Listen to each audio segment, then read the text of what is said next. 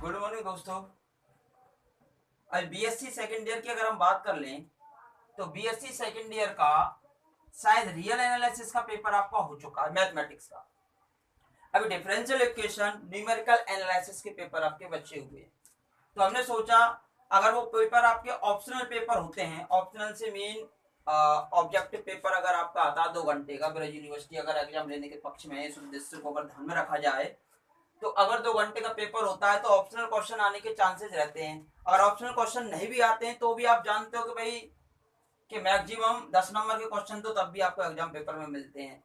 तो इन सभी को ध्यान में रखते हुए उसी हिसाब से थोड़ा थोड़ा करके हम आपको वीडियो प्रोवाइड करेंगे, इससे आपका थोड़ा सिलेबस भी रिकवर हो जाए और आप भी अच्छे से तैयार कर पाओ। अगर फिर भी आपको लगता है कि कुछ चीजें ऐसी हैं जो आपसे समझ नहीं आ रही तो वो आप हमसे डायरेक्टली व्हाट्सएप नंबर पे पूछ सकते हो। देखिए, बीएससी सेकेंड ईयर के अंतर्गत differential equation, differential equation and partial differential equation, partial differential equation paper number second है आपका। फर्स्ट पेपर आपका कंप्लीट हो चुका है। डिफरेंशियल इक्वेशन से आपकी 4 यूनिट और पार्शियल डिफरेंशियल इक्वेशन से आपकी 1 यूनिट, टोटल 5 यूनिट इस प्रकार आती हैं।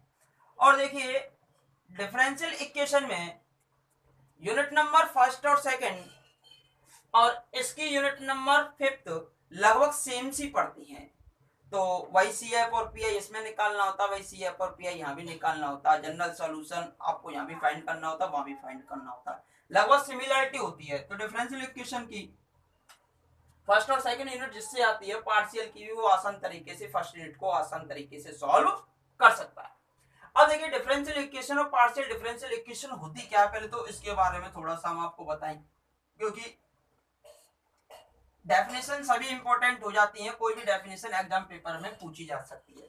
देखिए, अगर हम वृत्त के क्षेत्रफल को 22 से डिनोट कर दें, एरिया ऑफ सर्किल, वृत्त के क्षेत्रफल को 22 से, और वृत्त की त्रिज्या को यानी कि रेडियस ऑफ सर्किल को अगर मैं r से डिनोट कर दूं, तो देखिए अगर आपकी त्रिज्या छोटी है तो वृत्त का क्षेत्रफल भी कैसा आएगा भाई, कम आएगा। अगर वृत्त की त्रिज्या को अगर आप बढ़ा देते हो तो क्षेत्रफल भी क्या हो जाएगा, बढ़ जाएगा। अगर इसकी त्रिज्या को और छोटा कर देते हो तो क्षेत्रफल भी क्या हो जाएगा, घट जाएगा। तो आप क्या कर रहे हो, इसकी त्रिज्या में परिवर्तन कर रहे हो, इसकी त्रिज्या में परिवर्तन कर रहे हो। त्रिज्या को कम करने पर या ज्यादा करने पर वृत्त के क्षेत्रफल में भी क्या हो रहा है भाई, परिवर्तन हो रहा है। तो यहां पर स्वतंत्र चर क्या हो गया, आर। क्या हो गया, आर। क्यों, क्योंकि किस में परिवर्तन हो रहा है आपका, आर में परिवर्तन हो रहा है। आर में परिवर्तन हो रहा है। आर में परिवर्तन करने से किस में परिवर्तन हो रहा है, वाई में। तो अगर आर को छोटा कर रहे हैं तो क्षेत्रफल भी कम हो रहा है, आर को बड़ा कर रहे हैं तो क्षेत्रफल भी बढ़ रहा है। तो आर हमारा कैसा चर हो गया, स्वतंत्र चर, और वाई हमारा कैसा चर हो गया, परतंत्र चर हो गया। ठीक है भाई। तो देखिए, अवकल समीकरण की बात कर लेते हैं पहले। अवकल समीकरण कहते किसे हैं, अवकल समीकरण ऐसी समीकरण जिसमें स्वतंत्र चर x, हम लिख सकते हैं ऐसी समीकरण जिसमें इंडिपेंडेंट वेरिएबल x, ऐसी समीकरण जिसमें स्वतंत्र चर x, परतंत्र चर y, इंडिपेंडेंट वेरिएबल y, तथा परतंत्र चर का स्वतंत्र चर के सापेक्ष अवकलज तथा परतंत्र चर का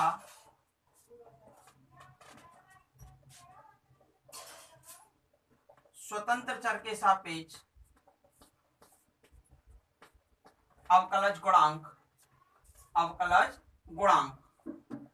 अवकलज गुणांक जैसे dy ओवर dx या d2y ओवर dx स्क्वायर या d2y ओवर dx क्यूब, चाहे कितनी ही कोटि का क्यों ना हो, कोटि मींस ऑर्डर, चाहे कितने ही ऑर्डर का,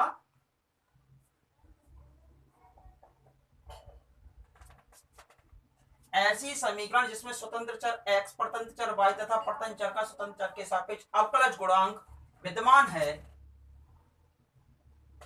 विद्यमान हो, कैसी समीकरण कहलाती है, अवकल समीकरण कहलाती है। क्या कहलाती है? अवकल समीकरण कहलाती है। ऐसी समीकरण जिसमें स्वतंत्र चर, लिख दिया मैंने तो एक्स और वाई, स्वतंत्र चर कामा परतंत्र चर तथा परतंत्र चर का स्वतंत्र चर के सापेक्ष अवकलज। परतंत्र चर y का किसके सापेक्ष? x के सापेक्ष। परतंत्र चर का स्वतंत्र चर के सापेक्ष अवकलज चाहे कितनी कोटि का क्यों न विद्यमान हो, कैसी समीकरण कहलाती है? अवकल समीकरण कहलाती है। अब अवकल समीकरण, टाइप ऑफ डिफरेंशियल इक्वेशन, अवकल समीकरण के प्रकार। अगर हम इसकी प्रकार की बात करें, अवकल समीकरण जो है वो दो प्रकार की होती है, जैसे हम यहाँ भी पढ़ रहे हैं। एक तो हो गई हमारी साधारण अवकल समीकरण, ऑर्डिनरी डिफरेंशियल इक्वेशन, ओडी बोल सकते हो शॉर्ट में, ऑर्डिनरी डिफरेंशियल इक्वेशन। एक होती है आंशिक अवकल समीकरण, आंशिक अवकल समीकरण मींस पार्शियल डिफरेंशियल इक्वेशन, ठीक है। अब देखिए, अवकल समीकरण को ही हम साधारण कह रहे हैं और अवकल समीकरण को ही हम आंशिक कह रहे हैं। कोई भी अवकल समीकरण हमारी साधारण अवकल समीकरण कब होगी? एक अवकल समीकरण साधारण अवकल समीकरण कहलाती है यदि उसमें स्वतंत्र चर की संख्या कितनी हो? एक हो। ऐसी समीकरण, ऐसी अवकल समीकरण साधारण अवकल समीकरण कहलाती है जिसमें स्वतंत्र चर की संख्या कितनी हो? एक। जैसे उदाहरण के तौर पर आप लिख सकते हो dy over dx equals to e की पावर x। x ही स्वतंत्र चर है, एक ही स्वतंत्र चर है, और साधारण अवकल के लिए हम d ओवर dx यूज करते हैं, d ओवर dx या d ओवर dy जो भी हम यूज करते हैं d में, ठीक है। अब ऐसी अवकल समीकरण जिसमें स्वतंत्र चर की संख्या एक से अधिक हो, जिसमें स्वतंत्र चर की जो संख्या है वो एक से अधिक हो, तो ऐसी समीकरण हमारी कैसी समीकरण कहलाती है? आंशिक अवकल समीकरण कहलाती है। फॉर एग्जांपल के तौर पर आप कह सकते हो, देखिए जैसे कि z हमारा दो चरों का फलन है x और y का। x और y कैसे चर हो गए? स्वतंत्र चर, और z कैसा हो गया? परतंत्र। तो जैसे आप लिख सकते हो del z over del x plus del z over del y बराबर e की पावर x। x और y दो स्वतंत्र चर हैं और z परतंत्र है, तो इसको हम डेल से डिनोट करते हैं, del over del x, del over del y, जबकि इसको d ओवर dx से डिनोट करते हैं। तो अभी हमने आपको बताया था डिफरेंशियल इक्वेशन, तो हमने बताया था कि आपके लिए डिफरेंशियल इक्वेशन दो प्रकार की होती है, एक तो साधारण अवकल समीकरण और एक आंशिक अवकल समीकरण। साधारण से मीन होता है कि ऐसी अवकल समीकरण जिसमें स्वतंत्र चर की संख्या कितनी हो? एक हो, और जैसे कि x यहाँ पे एक स्वतंत्र चर है। और ऐसी अवकल समीकरण जिसमें स्वतंत्र चर की संख्या एक से अधिक हो आंशिक अवकल समीकरण कहलाती है। अब साधारण में हम पढ़ेंगे वही हम आंशिक में पढ़ते हैं, लेकिन आंशिक में एक चर या दो चर बढ़ जाते हैं क्योंकि वहां पे स्वतंत्र चर की संख्या एक से अधिक होती है, ठीक है भाई। अब देखिए, अभी हमने बताया आपको अवकल समीकरण, फिर अवकल समीकरण के बाद बताया हमने क्या? अवकल समीकरण के प्रकार। अब देखिए, अवकल समीकरण की कोटि और घात। पहली यूनिट का भाई एक डेफिनेशन आपसे पूछ ली जाएगी, पहली यूनिट चल रही है आपकी, यूनिट फर्स्ट ही चल रही है आपकी। यूनिट फर्स्ट में हमने तीन डेफिनेशन आपको बता दी। देखिए, अवकल समीकरण की कोटि और घात। अवकल समीकरण की कोटि यानी order of differential equation and degree of differential equation. अवकल समीकरण की कोटि, कोटि means order, order of differential equation. किसी अवकल समीकरण में विद्यमान उच्चतम अवकलज, किसी अवकल समीकरण में विद्यमान उच्चतम अवकलज को ही उस अवकल समीकरण की क्या कहते हैं? कोटि कहते हैं। किसी अवकल समीकरण में विद्यमान, किसी अवकल समीकरण में विद्यमान उच्चतम अवकलज के गुणांक, उच्चतम अवकलज को ही उस अवकल समीकरण की, को ही अवकल समीकरण की क्या कहते हो? कोटि कहते हो। थोड़ी लैंग्वेज ऐसी है भाई, लिखने में थोड़ी सी दिक्कत आती है। घात, घात की बात करते हो, अवकल समीकरण की घात यानी डिग्री। घात से मतलब होता है किसी भी अवकल समीकरण में अवकल गुणांकों को पूर्ण बीजीय या परमीकरण करने के पश्चात रैशनलाइजेशन करेंगे या टोटल इंटीजर में कन्वर्ट करेंगे। अवकल गुणांकों को हम क्या कह रहे हैं, अवकल समीकरण में अवकल गुणांकों को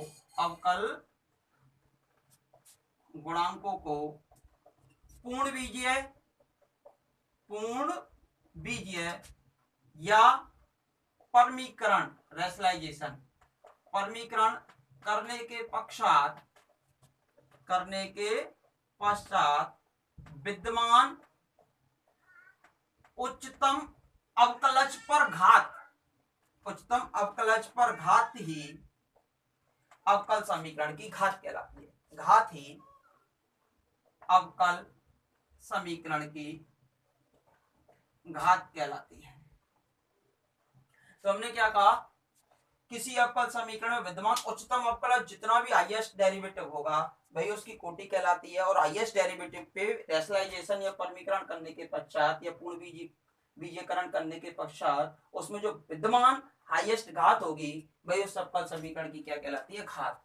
अब देखिए इसमें से एक नंबर का क्वेश्चन, पहले तो 5 नंबर का आ जाता था, अवकल समीकरण की कोटि और घात की परिभाषा पूछ लेते थे और एक क्वेश्चन दे दिया जाता था कि इस अवकल समीकरण की कोटि और घात ज्ञात कीजिए। ठीक है, देखिए फॉर एग्जांपल के तौर पर D Q Y over D x Q 3 है भैया, D two Y over D X square का whole square plus Y equal to E की पावर एक्स। अब देखिए हाईएस्ट अवकलन कितनी बार हुआ, यहाँ पर 3 बार। हाईएस्ट अवकलन 3 बार हुआ तो कोटि हो गई इसकी 3 और इस पे पावर बताओ भाई कितनी है, इस पे पावर है आपकी कितनी 1, तो घात कितनी हो गई 1 हो गई। ठीक है, ये तो नॉर्मल था। अगर हमारे पास क्वेश्चन ऐसे होता d Q Y over D x cube 3/2 equal to d y over D x का होल स्क्वायर, इसकी कोटि और घात बताओ। अब देखो इसकी जो हाईएस्ट डेरिवेटिव ये है और कोई सा भी डेरिवेटिव हो उससे हमें कोई मतलब नहीं। अब बट इसकी जो पावर है, पावर पूर्ण बीजीय नहीं है, रैशनलाइजेशन में दी हुई है तो 3/2 है तो दोनों तरफ क्या करना होगा, स्क्वायर ऑफ बोथ साइड्स या फिर वर्ग करने पर तो आप क्या करोगे, स्क्वायर कर दोगे बोथ साइड्स। तो स्क्वायर करेंगे तो कितना हो जाएगा, D Q by over D x Q, या तो 3 ही रह जाएगा, स्क्वायर वहां पहुंच जाएगा तो कितना हो जाएगा, d y over D x का होल 4। अब बताओ हाईएस्ट अवकलन कितनी बार हुआ है, हाईएस्ट अवकलन हुआ 3 बार, तो कोटि कितनी हो गई 3 और इसमें पावर कितनी है 3, तो कोटि 3 और घात भी कितनी हो गई 3, कोटि 3 और घात भी 3। फर्स्ट ग्रेड की बात करते हो, सेकंड ग्रेड की बात करते हो, फर्स्ट ग्रेड सेकंड ग्रेड के अंतर्गत कोटि और घात से 100% एक क्वेश्चन आपको मिलता है। और राजस्थान यूनिवर्सिटी का भी अगर आप सेकंड ईयर का एग्जाम देते हो तो वहां भी आपको कोटि और घात की डेफिनेशन के साथ में 1-2 क्वेश्चंस वहां से पूछ लिए जाते हैं। ज्यादातर इसी टाइप के क्वेश्चंस आते हैं, उसमें आपसे रैशनलाइजेशन करवाएगा और रैशनलाइजेशन करवाने के पश्चात कोटि और घात की गणना करवाता है जो आप आसानी से निकाल सकते हो। अब देखिए आपकी बुक का कोई भी क्वेश्चन हो जिसे आप करना चाहो तो उसे आप हमसे पूछ सकते हो। नेक्स्ट वीडियो जब हम आपको लेकर आएंगे तो नेक्स्ट वीडियो में हम डिफरेंशियल इक्वेशन के अंतर्गत अवकल समीकरण के हल के बारे में बातें करेंगे, सॉल्यूशन ऑफ डिफरेंशियल इक्वेशन, जिसमें हम 3 प्रकार के हल पढ़ेंगे। एक तो जनरल सॉल्यूशन यानी कि व्यापक हल, एक पढ़ोगे विशिष्ट हल, पर्टिकुलर सॉल्यूशन विशिष्ट हल, एक पढ़ोगे विचित्र हल यानी कि singular solution, SS singular solution यानी कि विचित्र हल। बहुत नॉर्मल सी डेफिनेशन है तीनों की, चलो अभी बता देते हैं थोड़ा थोड़ा। तो व्यापक हल, यदि अवकल समीकरण की कोटि के बराबर, अवकल समीकरण की कोटि के बराबर स्वेच्छ अचर उपस्थित हैं, स्वेच्छ अचर उपस्थित हैं। हमने क्या कहा, किसी भी अवकल समीकरण के हल में अवकल समीकरण की कोटि के बराबर स्वेच्छ अचर उपस्थित हैं तो वो जो हल है आपका कैसा हल कहलाता है, व्यापक हल कहलाता है। ठीक है, फॉर एग्जाम्पल के तौर पे जैसे मान के चलो ये हमारे पास कोई भी इक्वेशन होती है y इक्वल टू 0, इसका जब हम हल निकालते हैं तो ये आता है c1 sin x और c2 cos x, जो आगे निकालना हम आपको सिखाएंगे। देखिए इस अवकल समीकरण की कोटि 2 है, 2 है भाई, हाईएस्ट 2 बार अवकलन हुआ। कितने स्वेच्छ अचर आ रहे हैं, 2, c1 और c2। यदि अवकल समीकरण की कोटि के बराबर स्वेच्छ अचर उपस्थित है, यदि अवकल समीकरण की कोटि के बराबर स्वेच्छ अचर उपस्थित है, तो उस प्रकार के हल को हम कैसा हल कह देते हैं, व्यापक हल, यानी कि जनरल सॉल्यूशन कह देते हैं। ठीक है, अब c1 और c2 दोनों स्वेच्छ राशियां हैं। अब c1 की कितनी वैल्यू दे सकते हो आप, इनफाइनाइट। c2 की भी कितनी दे सकते हो, इनफाइनाइट। यदि हम c1 और c2 की कोई पर्टिकुलर वैल्यू दे दें, कोई विशिष्ट वैल्यू दे दें, तो जैसे कि c1 का मान मैं 5 दे दूं, c2 का मान मैं 6 दे दूं, तो y बराबर 5 sin x और 6 cos x, तो इससे एक सॉल्यूशन मिला। इस प्रकार के हल को हम कैसा हल कहते हैं, विशिष्ट हल। तो किसी भी व्यापक हल से कितने विशिष्ट हल बनाए जा सकते हैं, अनंत, क्योंकि c1 और c2 स्वेच्छ होते हैं, इनकी कुछ भी वैल्यू आप मान सकते हो किसी पर्टिकुलर केस के अंदर। यदि किसी विशिष्ट स्थिति में कांस्टेंट का मान कुछ विशेष रख दिया जाए, तो विशेष मान रखने पर एक हल निकलता है, तो उसी हल को हम कैसा हल कहते हैं, विशिष्ट हल। तो विशिष्ट हल को किससे बनाया गया है भाई, व्यापक हल से। विशिष्ट हल को किससे बनाया जाता है, व्यापक हल से। तीसरा हल होता है विचित्र हल।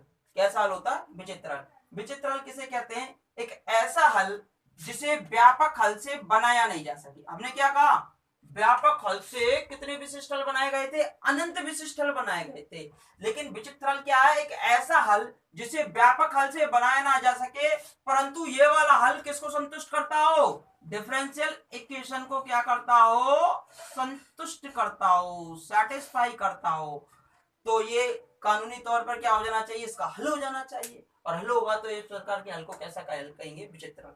तो पहले तो व्यापक हल के बारे में बताया था, यदि अवकल समीकरण की कोटि के बराबर स्वेच्छ अचर उपस्थित हैं, तो इस प्रकार के हल को हम कैसा हल कह देते हैं, व्यापक हल। जैसे कोटि 2 अचर, यदि इन अचरों को विशिष्ट मान प्रदान कर दिया जाए तो कैसा हल, विशिष्ट हल। कोई पार्टिकुलर केस कितने लगा सकते हो, इनफाइनाइट, तो इनफाइनाइट विशिष्ट हल आप बना सकते थे। फिर हम कह रहे हैं एक तीसरा हल होता है विचित्र, नाम से ही पता है विचित्र। हम ये कह रहे हैं कि व्यापक हल से अनंत विशिष्ट हल बनाए जा सकते थे, लेकिन व्यापक हल से किसे नहीं बनाया जा सकता, विचित्र हल को नहीं बनाया जा सकता। कुछ भी वैल्यू डाल दो आप c1 और c2 की, लेकिन ये नहीं बन सकता। लेकिन ये फिर भी किसको संतुष्ट कर रहा है, डिफरेंशियल इक्वेशन को संतुष्ट कर रहा है, तो इस प्रकार के हल को हम कैसा हल कहेंगे, विचित्र हल। देखिए आपने देखा होगा भाई, सीरियल देखना लगा, सभी पसंद करते होंगे, देखे भी होंगे काफी। देखिए आपने देखा होगा सीरियल के अंतर्गत, जैसे ये आपकी फैमिली है या किसी की भी फैमिली है, एक व्यक्ति आपकी फैमिली में आ जाता है और वो कहता है कि मैं आपकी फैमिली का मेंबर हूं, और आपकी फैमिली के मेंबर ये हैं सभी। आप कह रहे हो कि वो कहता है कि हम आपकी फैमिली के मेंबर हैं और हम आपकी फैमिली के सभी गुणधर्मों की पालना करते हैं, डीएनए वगैरह सारी चीजें टेस्ट कराने के बाद वो कहते हैं, और आप उसे अपनी फैमिली का मेंबर मानने के लिए तैयार नहीं हो। तो कानूनी तौर पर वो आपकी फैमिली का मेंबर है, लेकिन आप उसे अपनी फैमिली का मेंबर मानने के लिए तैयार नहीं हो। कानूनी तौर पर क्यों है वो आपकी फैमिली का मेंबर, क्यों, क्योंकि वह आपके घर के सभी गुणधर्मों या आपकी घर की सभी कंडीशनों को क्या कर रहा है, संतुष्ट कर रहा है। तो कानूनी हक पर वो आपकी घर की फैमिली का क्या होना चाहिए, मेंबर होना चाहिए, लेकिन आप उसे क्या नहीं मान रहे, मेंबर नहीं मान रहे। तो इस प्रकार के मेंबर को कैसा मेंबर का हो गया, सिंगुलर मेंबर, यानी कि विचित्र हल। तो विचित्र हल कैसा हल है, विचित्र हल एक ऐसा हल है जिसे व्यापक हल से बनाया नहीं जा सकता, लेकिन फिर भी किसको संतुष्ट कर रहा है, डिफरेंशियल इक्वेशन को संतुष्ट कर रहा है। डिफरेंशियल इक्वेशन को संतुष्ट करने के कारण इस प्रकार के हल को हम कैसा हल कह देंगे, विचित्र हल कह देंगे। कैसा हल कह देंगे, विचित्र हल। देखिए नेक्स्ट वीडियो हम जब लेके आएंगे तो आपको और भी देंगे डेफिनेशन। आपकी 5-6 डेफिनेशन हो चुकी है, इनमें से क्वेश्चंस आते हैं, इन पे जो क्वेश्चंस है हम आपको नेक्स्ट वीडियो में कराएंगे। और आप ज्यादा से ज्यादा क्वेश्चन करने का प्रयास कीजिए, कोई क्वेश्चन ना हो तो आप हमें व्हाट्सएप नंबर पे आसान तरीके से पूछ सकते हो। अगर ऑप्शनल पेपर होता है तो ऑप्शनल के हिसाब से क्वेश्चंस आएंगे, 40 नंबर का पेपर होगा, और नहीं भी होता है तो 10 नंबर की डेफिनेशन तो आपको मिलेंगे। प्रत्येक यूनिट से दो डेफिनेशंस या 2 क्वेश्चंस एक नंबर वाले आपको पूछे जाते हैं। अब देखिए आप प्रिपरेशन कीजिए, नेक्स्ट वीडियो जैसे हमें समय मिलता जाएगा तो हम न्यूमेरिकल एनालिसिस की भी वीडियो आपको डालने लग जाएंगे। तब तक के लिए धन्यवाद, नमस्कार।